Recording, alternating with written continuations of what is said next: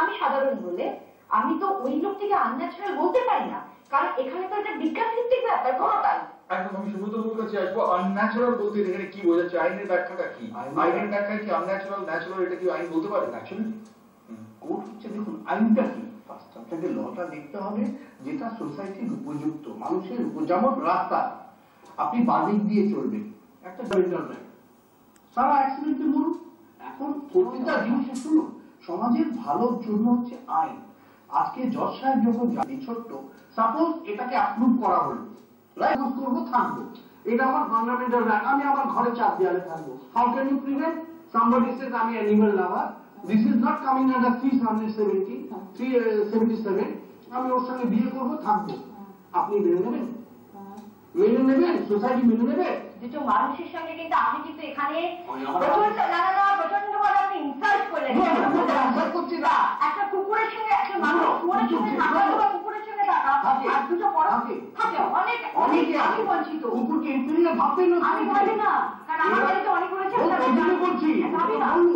কেন a dog is better then a man? আমি জানি, আমি কবি বলেছে, কবি বলতে আমি ফিল করি। তাহলে আপনি বলুন না, তাহলে এই ক্ষেত্রে যদি আপনি ওকে, এক্ষেত্রেও কিন্তু সকাল মানুষেরা বলে মানুষ হচ্ছে সবার ওপরে, কেমন যখন দুটো পুরুষ বা দুটো নারী থাকছে তাদের সঙ্গে সবার উপরে কে বলবে? কে বলেছে? মানুষ কেন সবার উপরে? কে বলেছে? না কেউ, আমি জানি মানুষ কেন সবার উপরে, সবার উপর মানুষ সত্য, তাহার উপরে নাই। না না, কে বলেছে? ঈশ্বর নেই? সবার উপরে মানুষ সত্য, তাহার উপরে তার ঈশ্বর সত্য না? এবারে হচ্ছে মানুষের মধ্যে কিন্তু ঈশ্বর, ঈশ্বরকে আমরা দেখতে পাই। আপনি জানেন স্বর্গের স্বর্গের রাস্তাটা কেটে গেছিল, তাহলে এবং কুকুরের ভূমিকা সে এসেছিল, যেমন কুকুরের রূপে, যে রূপে হোক, আজকে তো নিয়ে গেল রাস্তাটা, মানুষ দেখায়নি। প্রসঙ্গ পাল্টে যাচ্ছে। কোথায় পাল্টাচ্ছে? সেটা কেন যৌনের কথা আসছে কেন? আমি এরকম আনন্যাচারাল অফেন্স অ্যালিগেশন আসবে। শুনুন, আমি 3টে কুকুরকে নিয়ে থাকি, তার মানেটা কি? মানেটা কি? থাকা মানে কি যৌনাচার করা? তাহলে সমকম আমি আমার ছেলে মেয়ে নিয়ে থাকি, তার মানেটা কি? আমার কথা সেটা ছেলে মেয়ে, আপনি কিভাবে দেখছেন তাকে? না না, দেখা যায় দৃষ্টিভঙ্গি পাল্টাতে হবে। বলছি না দৃষ্টিভঙ্গি। আর আরেকটা কথা হচ্ছে আইন করে এই যে বলছেন আনন্যাচারাল ইত্যাদি ব্যাপার স্যাপারগুলো, তাহলে যে মানুষগুলোর মধ্যে আরেকটি ভিতরে মানুষের অস্তিত্ব রয়েছে যেটা একেবারেই বললেন একজন একটা মানুষ থাকে, আপনি কি তাহলে আপনাকে বিজ্ঞান করতে হবে তো? কিন্তু বিজ্ঞানে কোন জায়গায় আছে? বিজ্ঞানে আছে, আমরা হরমোনাল ডিসফাংশনে ম্যালফাংশনের কারণে এটা করছে। আমি যখন মনে করছি আমার ভেতরে আরেকটি পুরুষের উপস্থিতি, কেন মনে করছে তারা? আমি যে আরেকটি পুরুষ যখন বুঝতে পারছে তার বাইরের চেহারাটা একরকম, কিন্তু ভেতরে তার মধ্যে একটা মহিলা রয়েছে, যার ফলে তার হাব ভাব, তার যৌনাচার সমস্ত কিছু সে ভেতরের ব্যাপারটা একটু কন্ট্রোল করছে। আমি কাবেরী, আমার ভেতরে আমার নারীত্ব আমাকে কন্ট্রোল করছে। আপনি সুব্রত বাবু, আপনার ভেতরে পুরুষকে আপনাকে কন্ট্রোল করছে। কিন্তু আমার কাবেরীর মধ্যে যদি আজকে কবির থাকতো, আমার মধ্যে যুদ্ধ হতো, আমার বাইরের চেহারাটা কাবেরী হতো, ভেতরে কবির আমাকে প্রভাবিত করতো। অর্থাৎ সুব্রতবাবু উনি বলছেন যেটা, সেটা হচ্ছে এফেমিনেট যারা রয়েছেন তাদের এফেমিনেট হতে দেওয়া উচিত এবং তাদের নারীত্বের সাথে দেওয়া উচিত। এবং তাহলে সমস্যার সমাধানটা কোথা থেকে হবে? যে তাহলে এদেরকে লিগালাইজ করা হবে না, এগুলো তাহলে মেরে ফেলে দেওয়া হবে অপরাধী বলে? তাহলে তাদের জন্য কি ব্যবস্থা করা? না, ওরা কোনো অ্যাপ্লিকেশন করেনি যে আমাদের সরকার, ওরা কি বলেছে আমরা ইনসিকিউর, আমাদের মেরে ফেলা হচ্ছে, আমরা খরচা, তাহলে ওরা একত্রে থাকার আইন ওরা বাধাই দিচ্ছে না। ওরা কি চাইছে? আইনি শিক্ষা কি কি যে কোনটা ন্যাচারাল কোনটা অ্যাবনর্মাল? ন্যাচারাল যেটা একটা ম্যান অ্যান্ড ওমেন, যেটা আমি বিশ্বাস করি প্রত্যেকে সোসাইটি 90%, এবং ও একজন মহিলাকে বিয়ে করেনি, ও একটা পুরুষকে বিয়ে করেছে। পুরুষ বসবাস করতে কি করতো না করতো করে, রাবণ সোনার সিঁড়ি করতো আলাদা কথা, কিন্তু ও কিন্তু একটা পুরুষকে বিয়ে করেছে। কালকে দুপুরবেলা যারা এখানে উপস্থিত ছিলেন তারা কিন্তু দুজনে দুজনকে ভালোবাসে। বলছি তো আমি, ভালোবাসা আলাদা, সংসার করা আলাদা।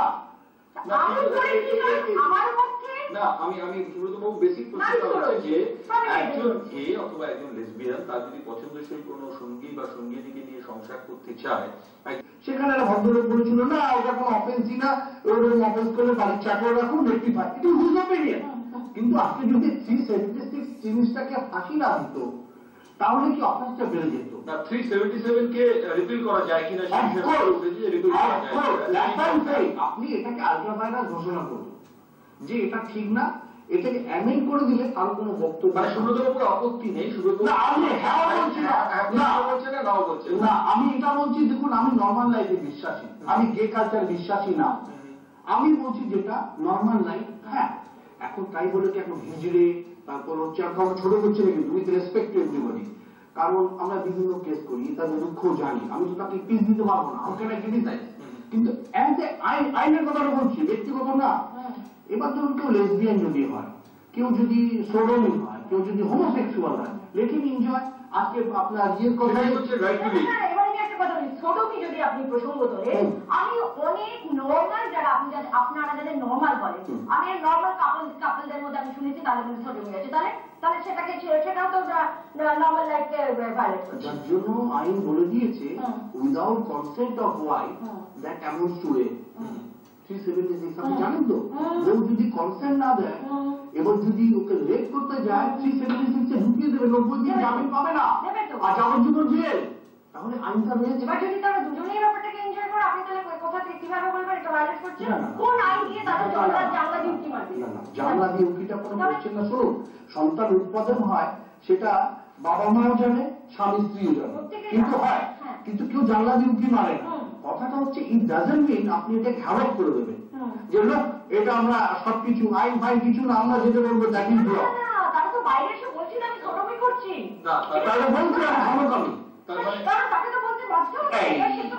শুনুন, কারণ সে তো আরেকটা ছেলেকেই বিয়ে করতে চাইছে, ভালোবাসে, সেটা আপনি মেয়েকেই বিয়ে করতে চাইছে, সুতরাং তাকে তো প্রকাশ করতে তাহলে আপনাকে আইনটা চেঞ্জ করতে হবে। সেটাই করতে হবে। আপনি সেটার জন্য বললে আপনাকে 376 অ্যামেন্ড করতে হবে। আসল জায়গাটা ওইটাই। আলোচনা থেকে যেটা উঠে এলো সেটা হচ্ছে একটা হচ্ছে রাইট টু লিভ। সেখানে যারা এপিল মেনেন তারা যদি মনে করেন যে তার মনোভাবা সম্পন্ন কাউকে তিনি একসঙ্গে সঙ্গী হিসেবে বাঁচতে পারবেন, যেটা এখন পর্যন্ত 376 যেটা বলা হয়েছে ক্রিমিনাল অফেন্স, সেটাকে পরিবর্তন করতে হবে, রিপিল করতে হবে। আর দ্বিতীয়ত হচ্ছে যে এক্ষেত্রে কোনো কেউ ঠিক করতে পারবে না যে কার সঙ্গে কি সম্পর্ক হবে, এই সম্পর্কের পরিণতিতে তারা কি আচরণ করবে সেটা ঠিক করে দেওয়ার অধিকার নেই। যদিও সুব্রতবাবু বলেছেন যে এই বিষয়ে সমাজ অনুশাসন এগুলিকে মেনে নেবার দরকার রয়েছে। আমরা এই আলোচনা তো চলতেই থাকবে। আজকের এই আলোচনা থেকে একটা দিক অন্তত পক্ষে উঠে এলো যে আইন এবং মানবিক ধর্ম দুয়ের মধ্যে সংঘাত নয়, সহাবস্থান যদি হয় তাহলে এটা সঠিক পথে যাবে। ধন্যবাদ কামিনী, ধন্যবাদ সুব্রতবাবু আমাদের সঙ্গে যোগ দেওয়ার জন্য, ধন্যবাদ আপনাদের আমাদের সঙ্গে আজকের